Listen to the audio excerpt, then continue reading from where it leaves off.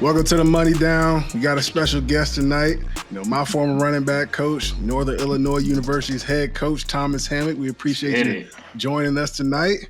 How you doing? Thanks for having me. Appreciate you coming. First of all, just proud of you guys. Everything you guys have accomplished. I remember when you guys were 18, 19 years old, and to see you guys continue to work together is that's what it's all about, building those relationships in college and keeping them going throughout life. Yeah, Appreciate it. Appreciate it. Sure. I definitely want to start off by saying thank you, man. You coming in as the running back coach, my sophomore year, after me coming off Big Ten freshman of the year, probably feeling myself a little bit, then you coming in, as a running back coach, throwing that test in front of us. That first day we get in the meet room throwing the test, trying to see like our football knowledge.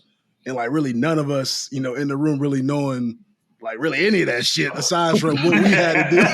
As far Fire Zulu, Fire Panther, that's it. We ain't no formations, motions, like anything like that. And then once you got there, I think that's what really changed myself as a player. I feel like that's what gave my advantage, throughout college, throughout my NFL career. Like I said, I'm forever grateful because had you not thrown that test in front of us and challenged us like that, I feel like I would just wouldn't have watched tape as much, wouldn't have looked into any of that. I would have just kept doing the same thing. So I'm forever grateful for that. No, you know what it's like. That's when coaching was fun, right? When you can challenge guys in a positive way and try to get them to reach their full potential and nobody was like in their feelings. And I was thinking about this today, James. You still one of the smartest players I've been around. College or pro. They used to get mad at me because I never yelled at you. I never had a reason to yell at you. If you made a mistake, you corrected yourself. You get that little hand slap. Yeah. He knew what he did wrong, and we'll keep it moving in the meeting room. I was gonna say James had to be one of the ones down there catching them bullets. We heard we on the opposite end of the field. We heard Coach Hammock. Come on, you gotta get through there. Come on. Everybody got it at some point. You're not avoiding it. That's coaching. That's coaching. Everybody got it from Monty on down. Everybody heard it. I said it's different now. I know, like in coaching, like I said, these dudes, you may yell at them a little too hard, they be on the plane the next day. It's like when I was a GA, we had this running back. His name was Mike Turner, and he was from Texas. He got yelled at one day in practice. The next day, they sent me to his room going to look for him. He was gone. I said, man, it can't be like this, man. But the thing about it is, the thing I was thinking about too when you asked me to do this podcast, I started thinking about the competition and how the competition made you guys great, man. And we got to get back to that because that's the reason for the sport. It's the competition, right? They made a lot of other things more important than competing, because that competition makes you successful in life. And for you guys to be in that room and compete, I was thinking about Jeff Lewis the other day. I said, Jeff Lewis got a lot better, but it was just Monty, James, Melvin. That's a tough room to break through. And but the competition allowed you guys to continue to maximize your ability. And for me as a coach, it was easy, right? One day I said, hey, who's going to be the best back today? And Melvin was always, it ain't take much to get him motivated. So I wanted to ask you that, Coach. How was it coaching 3 top dogs? Like we talking about some of the greatest to ever come through Wisconsin, and also, Melvin having one of the greatest seasons in college football. Monty being, Heisman runner-up, greatest season, and then James also being, a top back. How was that experience for you? Yeah, no, you felt the responsibility as a coach to bring it every day. And I wanted to be at my best to get these guys to be at their best. Sometimes coaches, if a player doesn't perform the way they want to perform, they blame it on the player. I always took it personally that if my guys didn't play the way they wanted to play, that was my fault and my responsibility. So every day I tried to bring it for them because they was competing, and I wanted to make sure I put them in a position to be as successful as possible and to play as well as they wanted to play. So, I enjoyed it. It was like, and James in the pros, if you say something wrong in the pros, them guys will call you out. Yeah. That ain't what you said. Yeah. I felt that responsibility in college because, I thought these guys had pro potential and wanted to make sure that they maximized their potential. And I wanted to make sure every single day I walked in that building, I gave them my best. 100%. You talk about being a competitor. You was a baller yourself. At NIU, and as a running two bands, back, two bands, back to back. Yeah, big dog.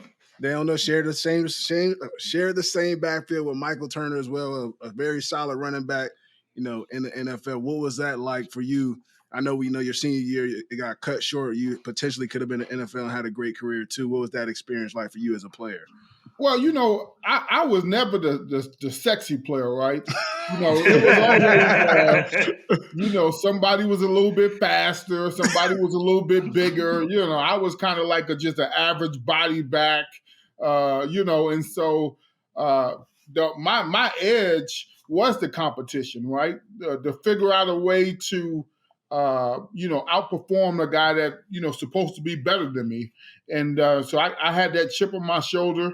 And that's how I coached, right? Everybody thought, hey, this guy is better or this guy is a better coach. And I wanted to have that same competitive edge as a coach to say, I want to be the best coach I can be.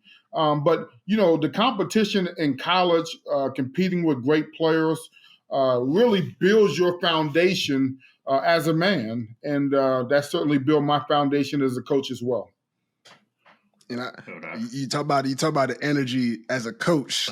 I felt that shit day one. The stations, first time being on the field with you. Them stations, we do a bag drill. I think you stacked 2 bags on top of each other. We were doing bag drills, and if we touched it or knocked it, to go back. Like I said, I felt the energy from David. Did you have that same energy as a player, or were you more reserved, kind of like me? Were you more outgoing? No, I had that same energy. Because I knew, like I said, I had to outperform people. Yeah. So I had to, what was my edge, right? I wanted to be the hardest worker on the field. I wanted to be first in line. I wanted to push the tempo in my favor because I always thought that I can outlast people. And that was a quality from, getting hit every day in training camp to being like, I'm still going to be there by the first game. And it's funny you mentioned the winter workouts. I see Peniel Jean from time to time. And PJ, he had a sickle cell trait. Yeah. So he said, man, that first day, man, you looked at me and you try to tap me out. I said, no, PJ, I was seeing what you can handle.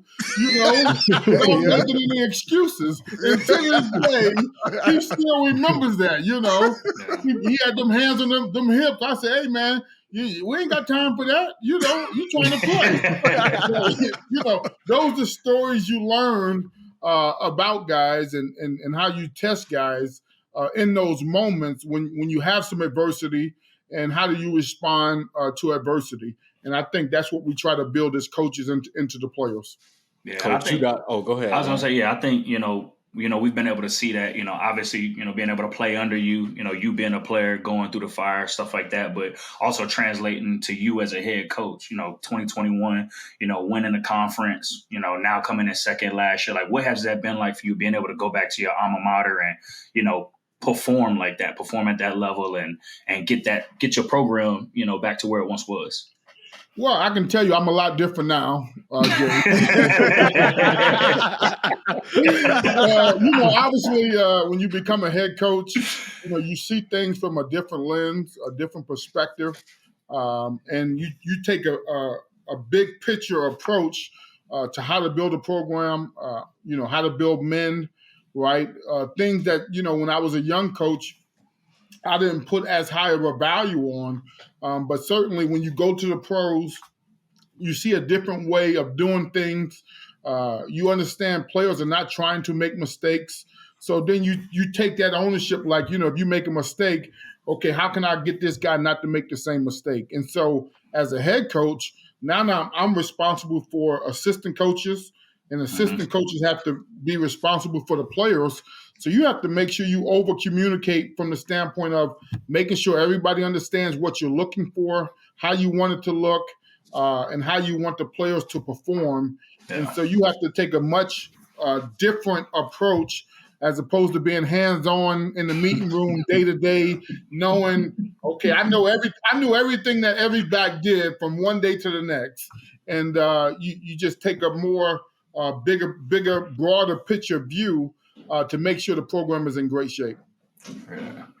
Yeah, Coach, I just want to ask you, man, you got to give us one of these stories. I done heard stories from James about you making them start the whole drill over. You got to give us, what was a story that's memorable to you, obviously, now? You talking about from those guys? Any those guys, or any even now? I'll give you a story. I'll give you a story on Monty, because I had Monty talk to my team, and I forgot about this story. When I came in, it was the year after y'all went to the Rose Bowl, and Monty had played well the second half of the season. And so I come in there, and I'm like, okay, Monty got study table. I got to make sure his grades are right. And so Monty missed study table my first week there. And I said, hey, man, we're not playing those games, Monty. I know you played in the Rose Bowl, and you played well the second half of the season, but, we're going to make sure your grades are right so you can get a degree from Wisconsin. So, I gave him the warning the first week. And so the next week, he missed study tables again. I said, okay, Monty, listen, you're going to come see me at the indoor at 5 o'clock. I remember this. And we're going to figure out, how much you want to play football. And I said, my goal is to make you quit, and you determine if you're not going to quit or not. So we went through a workout, and I said, how bad do you want to play? And during those moments, I said, you need to remember why you do this, right? Yeah. For your family, for your name, to get a degree, and all those different things. I totally forgot about the story, but obviously it mattered to him. And in that moment, when we had that on the field workout, I never had another problem from an academic standpoint with Monty. And so, those are the lessons as a coach you try to instill in your guys of doing the right things all the time. And that was certainly one that we shared in that moment. I was young, but you know what? Monty went on to be a Heisman Trophy finalist that year and have a great career and wind up getting drafted. But it all started from accountability, right? The things you do in the classroom is the same things you're going to do on the football field. And I wanted to make sure that Monty was successful in both. He ain't want to go through that workout again. I vividly remember that. Like Monty, after that, like I think we had practice like that day or something later on that day. He's like, we did. He's like, I really was about to quit. Like he's like, I really about to quit football. Like it really was that bad. But that's what it takes. Sometimes you just got to get push somebody to that edge to make them really realize what their responsibility really is and how important it is to them. And exactly right. Figured it out and then was almost a Heisman Trophy winner. Hey, listen, we were cooking with grease, but I want to make sure, understand it's not just football. It's got to be everything because it all matters. Yeah. And the name of our podcast is The Money Down. We know money downs in football, third down, end of the game situations, crucial moments, but we also think it applies to life. So for you, what was your money down moment in your life? I know you had the heart issue where you really had to lock in, focus, and like this kind of like now or never. If I don't get it right here, I'm not going to reach my goals. Was it immediately after you had the heart issue, or was there some other pivotal moment where you really took that leap? I think when I had the medical issue in college, right? We as football players, we gear everything towards football, right? Right. And so you don't think of everything else that you need to be doing. You think, okay, I'm trying to make it. I'm trying to go to the league. I'm trying to do all these different things. So when I had to stop playing, it really hit me to the point where, you're trying to figure out, man, what am I doing with my life? And we've all been there at some point in time. of that uncertainty of, what's next, right? Because everything you've been doing since you was a kid has been sports related. And so for me, I started working at Wells Fargo Financial right after college, was doing well, but then realized, I missed the game. I missed the camaraderie. I missed the interaction and the relationships with the players, with the guys. And so, I took a GA job at Wisconsin under Coach Alvarez, and then that got me hooked, And so, for my family, they couldn't understand a guy with great grades in college, making good money, first job out of college, then to take a step back and to go be, I was really like a volunteer at Wisconsin. They paid me, $500 a month my first year. And so to take that step, but I said, you know what? I have to find what I'm passionate about, what excites me each and every single day that's going to motivate me to be the best version of myself. And coaching was that. And so that injury came full circle. I didn't have a chance to play at the next level, but certainly had a chance to coach at the next level. Yeah. And I'm forever grateful that I found my passion in coaching. I wanted to ask you about that, Coach. How was your experience, coaching in the league with the Baltimore Ravens, and that being that's a staple organization where they're known for toughness and, hard-nosed football. How was that for you, being the type of person that you are? First of all, the organization is everything in the NFL, right? And I was fortunate enough to work for one of the top organizations in the NFL, from the owner to the GM, to the head coach, to everybody else that was involved. There was total alignment in everything throughout Baltimore. And so for me to walk into that situation allowed me to grow as a coach, because it was already established. I made plenty of mistakes. And the NFL is different, right? You go from a 90-man roster to they make them cuts, and I'm looking like, how are we supposed to practice? Right? You go through training camp, there's 90 guys out there, you can't get enough reps, and then they make those cuts. You're like, we ain't got no scout team. We ain't gonna be able to backs. Hey, listen, you dressing 2 backs for the game. I'm like, man, this is crazy. The organization allowed me to grow and to develop and to, the thing you appreciate about the NFL is how smart the players are. That's what people don't understand. Those guys know protection. They know scheme. If you say something wrong, they're going to be on you, because you know what?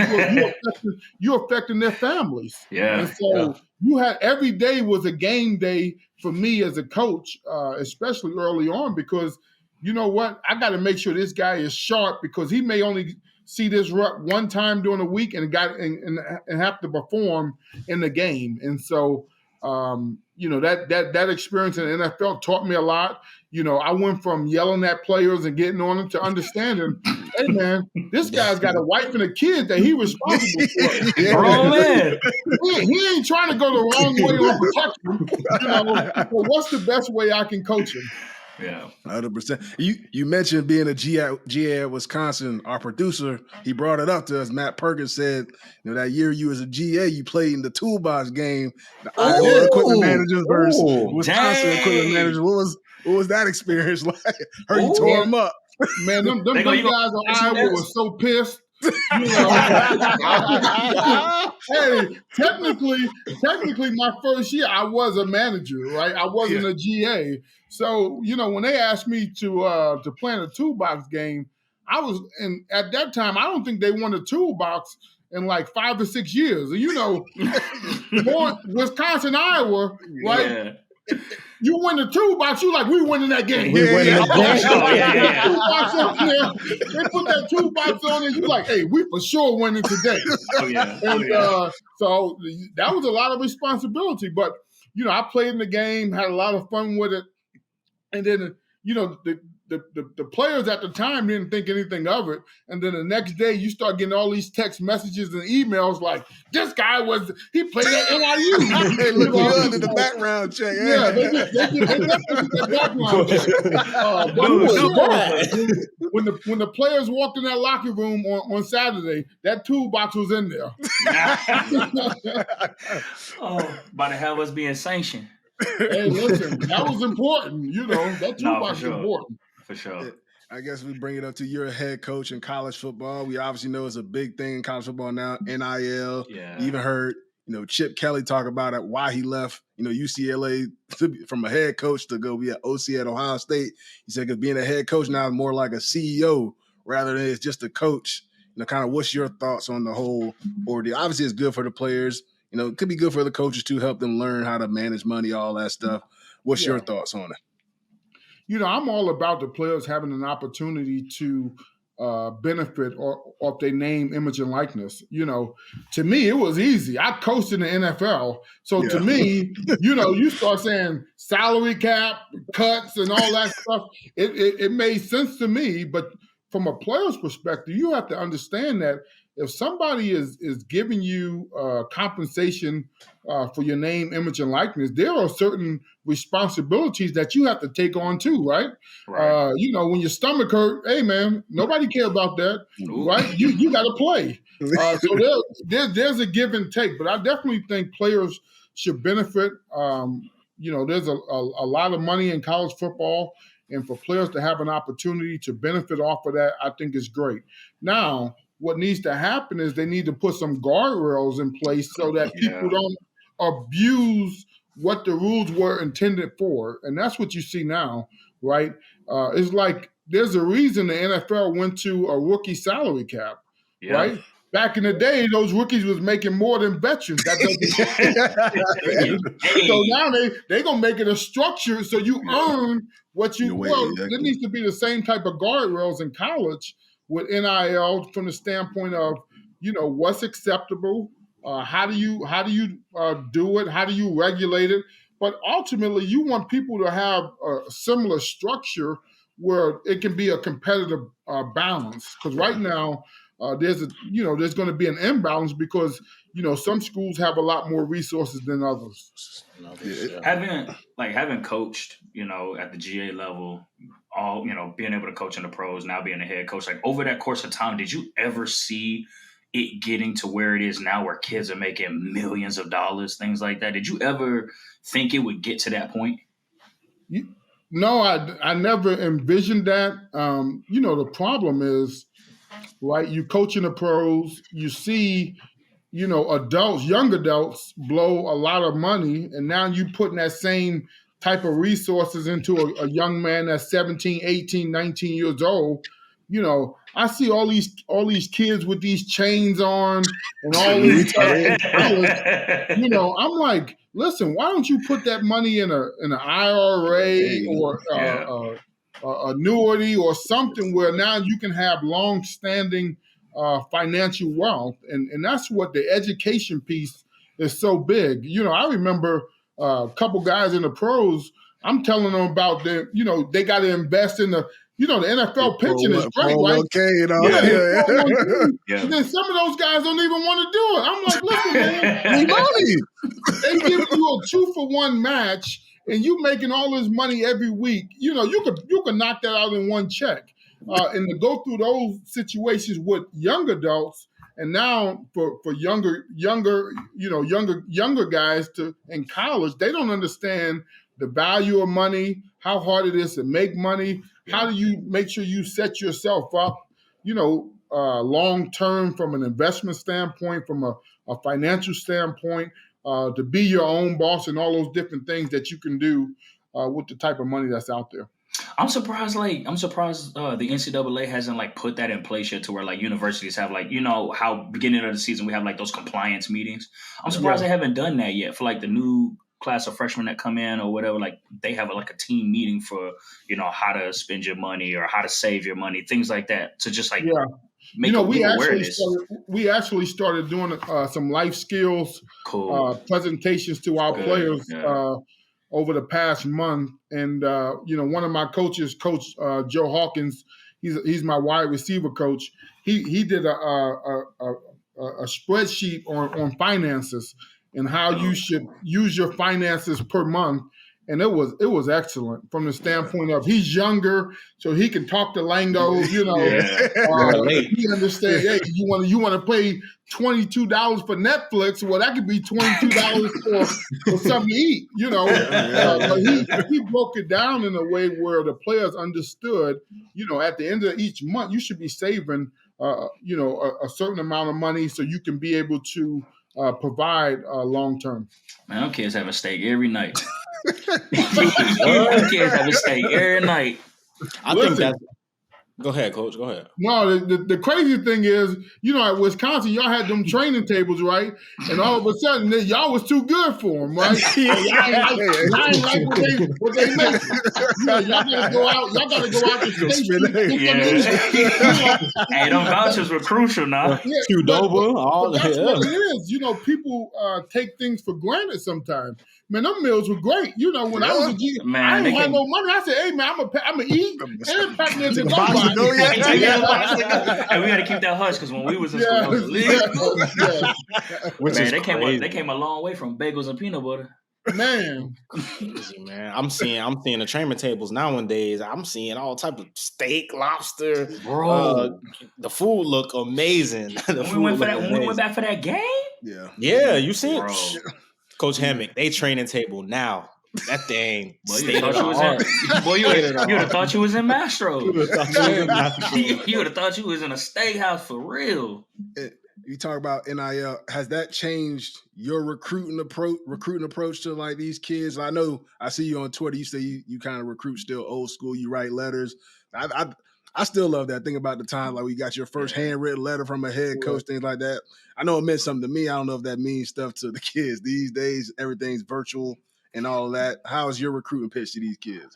Yeah, the first thing I tell them is a text message is not a conversation. Yeah. So, we still going to have conversations, and I'm going to try to get to know you and try to get to see what motivates you, see why, are you the type of competitor that loves football, right? And so you have to love football, right? Not love everything else that goes with it. You have to absolutely love football and what it takes. And I tell kids all the time, right? You see all these high school kids posting their workout videos, right? I say, when the last time you seen a college dude post a workout video? You don't.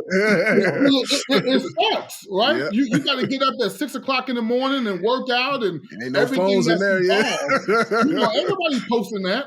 So you got to find guys that love football and that value the things that are important to be successful. And so we write letters, we get guys on the phone, we talk to them and try to get to know them on a relationship level, right? Because I don't want to make, my program transactional, right? Yeah. Where everything that happens is a transactional type relationship. I still believe that to get the best out of football players, you have to have their best interest at heart, and you have to have relationships. Sure. Because every day you're not going to like me, right? But if we have a relationship, we can move forward. And so that's what it's about, because it's going to be great days. It's going to be bad days. It's going to be adversity and all those different things. But, when it gets hard and it gets tough, our relationship has to overcome all those things. And so that's one thing about our football team last year. We lost 4 games in a row. And you guys have played, you understand what that's like, right? Yeah. You can easily be like, hey, man, I'm doing my job. They ain't doing their job, offense, defense, special teams. Yeah. But, because we have great relationships with the young men in our program, they responded to adversity the right way, and we were able to win 6 of the last 8 games of the season. And that rarely happens, right? But we know who we get in our program, and I think that's important to build a program the right way. You sticking with that, with the players, like, what are your thoughts on the transfer portal, with how open it is and things like that, giving the kids the opportunity to leave after literally every year of their career if they really want to? Free agents. Like, it's literally like a free agent. Like, what are your thoughts on that?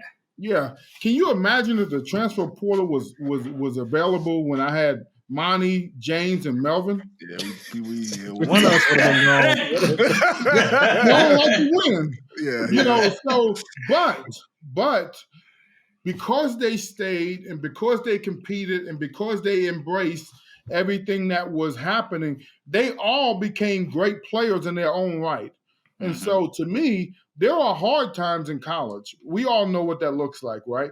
But just because you have a hard time or a tough day, to up and leave, I think you are hurting your future growth, because the same thing is going to happen when you get a job, when you get married, right, James? When you have kids, I mean, it's hard days too. So how you going to respond to that is the same way you should respond in college. So do I think people should have the opportunity to transfer? I do. I would have my head in the sand if I didn't believe that. But I think that, we have to continue to educate people on why are you transferring, or what are the reasoning behind why you transferring? Because as we all know, the grass is not always greener on the other side.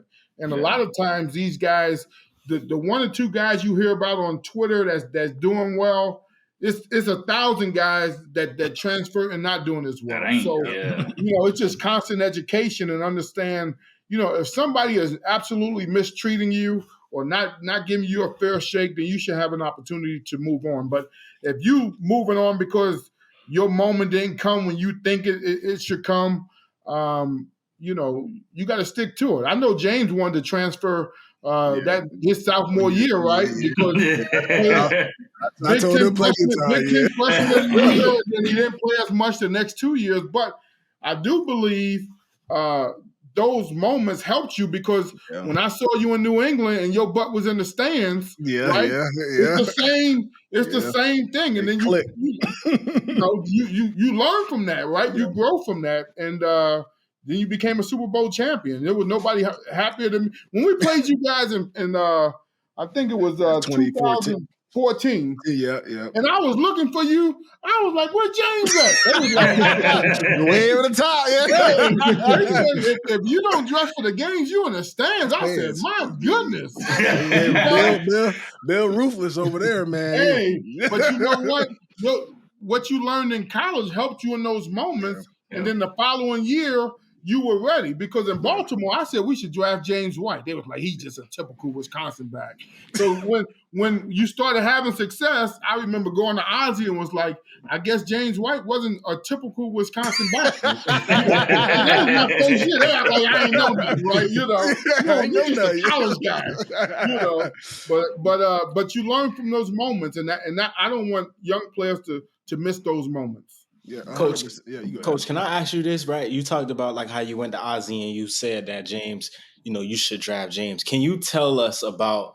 I don't want to say the disconnect, but how sometimes it may be hard as a coach to say like, I know this guy is my type of back, and that can be a key piece in his offense, but then having to like come back and go back and forth with, a GM that really overrides and makes all the decisions. Yeah, no, it was a tough process for me, because I knew James as a person, I knew James as a player, but I did not know the NFL. That was like my first offseason, 2014. Yeah. So I didn't go through a season or see, what it took to be successful. So I didn't have that knowledge. But if I would have had that knowledge, I would have kicked that door down to get James White, because of what he, is a passing league. Right, he got good running back skills. I thought they should have used you more as a true running back. But what you did in the passing game and on the money down, you like that? The money down. What you did on the money down, third downs, created great value for New England, and so that's what if I would have had knowledge of the pro game going into that draft. Because you was right in that range where we were drafting third, fourth round for a back, I would have definitely, put my foot down, because it was a bunch of guys that I liked. I think Devonta Freeman came out that year. And so, but I didn't have the NFL experience to be like, this is what we need, so, but definitely I thought, there was no doubt in my mind you were a pro player. I just didn't know what round we should take you in. Yeah, and I remember that, like, when I got picked like 130, 132, something like that. I think y'all had like 2 picks after that. You Yeah, text we me were like, coming up. We were coming up. Yeah. You Yeah. text me like, if you were still there, I put in the word. Yeah, because on our board, you was in that range, right? Yeah. And so when New England took you, I was like, oh man, we wound up taking it back in the 4th round. Lorenzo Taliaferro from Coastal Carolina. Coastal Carolina, He's solid too. He was solid, but he wasn't James White. But I was happy for you and your success. Hey, you go ahead. No, go ahead, bro. You got it. And like when you talk about coaching, to me, I feel like developing players gets lost. Like today, I know a lot of the coaches try and, kind of throw their plays out, run their schemes. Like I think a part of keeping these players within your program is developing them and making them believe in that they can sit there for a year or two and turn into something great. How do you develop these players and make sure they're still, believing in themselves and believing and trusting in your process? Yeah, we are a developmental program. So, we're going to take the time and help build you and help grow you. The problem now is as you developing guys, right, there's a bunch of other schools start looking at what you're developing. He was good.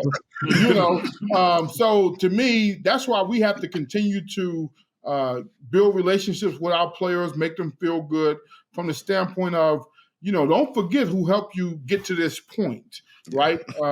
And so, I'm always going to take a guy that has traits, may not be a finished product, and try to help that young man develop to the best of his ability through coaching and mentoring and everything else that's involved. Because, a lot of times that's where you see the most growth in players.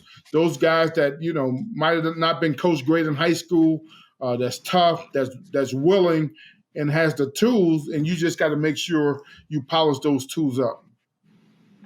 For sure. And then you see the market, for running backs in the NFL. I know I'll be on Twitter. Some backs got paid decently today. I think they still deserve more. If quarterbacks making $60 million, I feel like a running back could be making close to 20. Bro, the running. That's just me. Like, what is your thoughts on the state of the running back position? Throughout all, college, NFL. Yeah, a great back can make your offense become elite. Yeah. And so, they talk about wear and tear. That's not true. No. You guys, the way you guys train in the off season and how you take care of your bodies, put you guys in position. I know when you have a great back, you can do a lot of things because the game is situational, right? Yeah. There are moments you have to win. 3rd down, right? 3rd and short, goal line, 4 minute, right? Every game in the pros comes down to a 1-possession game pretty much, right? And so if you got the lead, you want somebody that's going to run it out and keep the lead. So I'm happy to see backs getting what they deserve. Obviously, they deserve more. Because of the responsibility they have within the offense, but it also keeps younger backs motivated. I think I heard Melvin say something that if he was back in college, he would have been a linebacker or a DB or something. Melvin was one of the best backs to step on a college campus, right? Yeah. And for him to say that means, you don't want that to happen. You want guys to be like, you know what? I'm the best athlete on the field. I'm going to touch the ball 20 to 25 times a game and give my team the best chance to play. So in order to keep that pipeline going, they got to pay these guys. And for these guys to get paid today, first day of free agency, to me is a big win for running backs and future running backs to understand that, if you go play well, they'll take care of you. But as you just said, you talked about how important the running game is to an offense. Why do you think, we saw it the past playoffs, right? You've had teams that have been dominating in the run game all season, but then, when you get into a big game, it comes down to the Ravens, they stop running the ball. Why do you think, coaches put themselves in that position to where you have, playmakers in the backfield that have been doing this game in, game out, and then you just stop using them, toward the end of the season? Why? What is it that, with you being a coach, what is it that makes people do that? when you get to the playoffs, everybody is elevated, right? All eyes are on those games. So, running a football is not as sexy as receivers making big time catches down the field. And obviously, when you pay the quarterback in the quarterback position, you want to give them an opportunity to win the game, right? No, the last thing people want to see is a team 40 carries for 170, and they grinded you out and won the game in the playoffs, right? Yeah. But you win the Super Bowl. Why does that matter? You win the Super TV Bowl. It's about winning at the end of the day. There's a lot that go on behind the scenes. But, I know this. When you have a good back and a great back, those guys give you what you need in the playoffs. When we played New England in 2014, I was out there with Justin Forsett. But you know what? He was out there toting that thing. Yeah, he was. Yeah, for sure. And gave us a chance, right? Till they start doing all those formations, James. Eligible, ineligible. Hey, man, they for about 2 drives there, they had us on the ropes. But when you got a back, right, you can lean on him. He does a lot for you, takes pressure off the quarterback position, allows you to have play action pass. I think if you have a run game and you could build your play action pass off of that, you become extremely dangerous. Yeah, I just think it's just so crazy because we talked about it here, during Super Bowl week. Like, to win in the playoffs and in the Super Bowl, you got to have a meaningful run game. And it just seems like the teams that do have the meaningful run games, you saw me do this, and my saying was coaches' nuts get tight too. You know what I'm saying? Like, not just players. Hey, Coach Hammock, not just players. Listen, we got coaches who. Listen, that playoff energy, man, is something different now. Listen, I was like, ooh, why am I nervous? I'm not feeling nervous. But I tell you what now, you feel the intensity because the thing that's crazy, and this is the thing that people don't understand about pro ball, right? You work your butt off for a whole year, right? And if you don't win the last game, you feel like you just wasted a year of your life. Yeah. Like, you're like, man, I just wasted a year. I'm never gonna get this year back, right? Yeah. Because there's no good. At least in college, you got the bowl game experience. You have fun. You kind of ended on a high note. You lose in the playoffs, right? Monday morning, you packing your bags like your garbage bags. Like, hey, man, clean your locker room out. I may or may not see you next year. It's the craziest thing I've ever seen, man. Yeah, and the sense of urgency in the playoffs is just crazy because I feel like the more time to run off on the clock, you see your season ending. The more them seconds start ticking off, so that pressure is heavily weighted. Listen, man. I try to tell when people ask me about pro football, it's the highest of the high and the lowest of the low from one week to the next. You win a game, right? We beat Pittsburgh. You like we about to win the Super Bowl. You lose to Cleveland. You like we about to get fired. It's the most intense thing that you can ever imagine. But it's so rewarding from the fact that things you did in OTAs show up in the game, right? You watch Baltimore in the playoffs, right? How many times do you work ball security and not extending the ball at the goal line? And that's what happened in the playoffs, right? Yeah. All those things matter. And to win those type of games, you have to be at your absolute best. I just want to say one thing, Coach. You see how you said, like, you beat Pittsburgh, you feel like you win. When them buildings hot, Coach, them buildings hot. When we say hot, like, you feel like you look at somebody wrong, you might. Hey man, that go for players and coaches, man. It's been days I done skipped the meal. I'm like, my back's ain't close to it. I'm not going down there for lunch. I don't know what's gonna happen at lunchtime, but I am not going down there. You don't know what's gonna happen. Stay in my office. Hey, I know what? A snack bag. Hey, Coach, we done had 2 players on here now. We done had 2 players that's been drafted in the first round talk about, they trips to their teams after they didn't get drafted. What y'all do? What was they doing in Baltimore? Y'all putting y'all players on a private jet? What y'all doing? I don't think so. I think they put them. They give you first class and keep it moving. It's to play in Baltimore. I used to see some of them videos of the guys on the planes.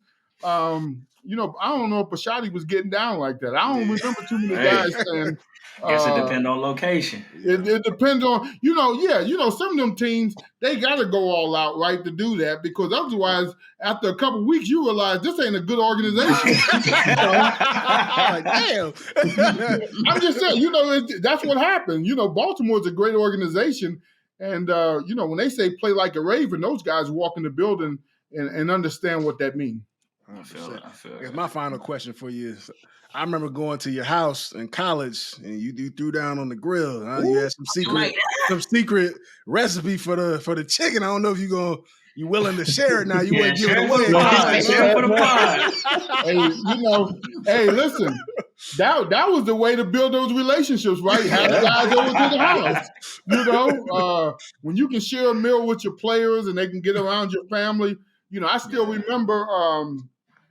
And you holding my daughter at the Rose Bowl. Yeah. Just those moments, right? Those I still got the picture in my phone. We had the roses in our mouth at the Big Ten championship game. All those things, right? But that's all stemmed from the relationships and being able to have the guys over to your house. So now I'm the head coach. So then what I do now is in February, I have each class over to my house once a week. So I'll do the seniors. Cool. And then I'll do the juniors, the sophomores, the freshmen, because that part of it is still important, taking care of your players. But I'm still making that chicken. I go down on the grill, but that's what obviously I can't do it for a whole team no more. I was just about to say you ain't putting 200 pieces on the grill. My position. You ain't putting 200 pieces on the grill. Guys.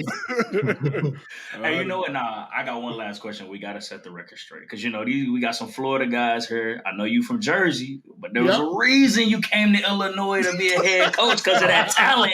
Let these boys know Illinois got that top football talent coming out of high school. Let them know. Set the record straight. Illinois got real good talent. You hear me? Yeah. Top of the line. Competitive.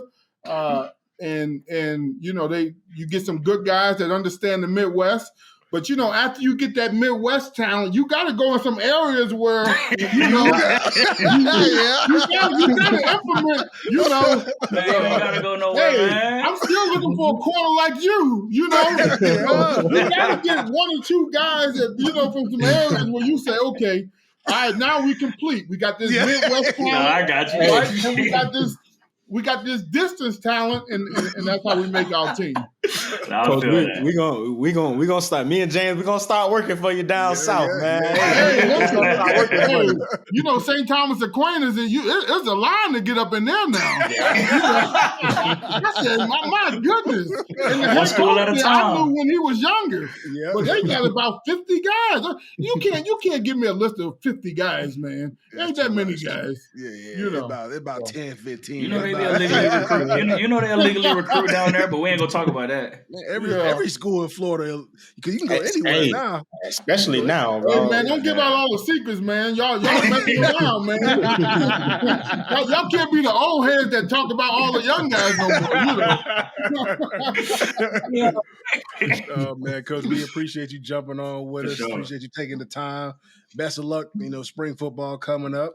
Know about to kick it off. I had to come out there and check the team out again. I know I came out like 2 years ago. I had to check y'all out again. It was fun getting that feel back during their little winter conditioning. Brought back some memories, 100%. Good and bad, huh? Good and bad. Good and bad. You better stop playing. You're going to be a coach at some point. So I'm going to let you do this podcast thing for a little bit. I'm going to come get you. You know we're going to hey, you know what we're at. 100%. Hey, I appreciate y'all having me on, man. Proud of you guys, man. Keep doing your thing. Thanks, Coach. Appreciate it, Coach. Appreciate you. Thanks for wrapping this Money Down podcast, man. Make sure you check us out on Instagram, Twitter, TikTok, all apps, man. At the Money Down Pod. More exclusive content coming soon.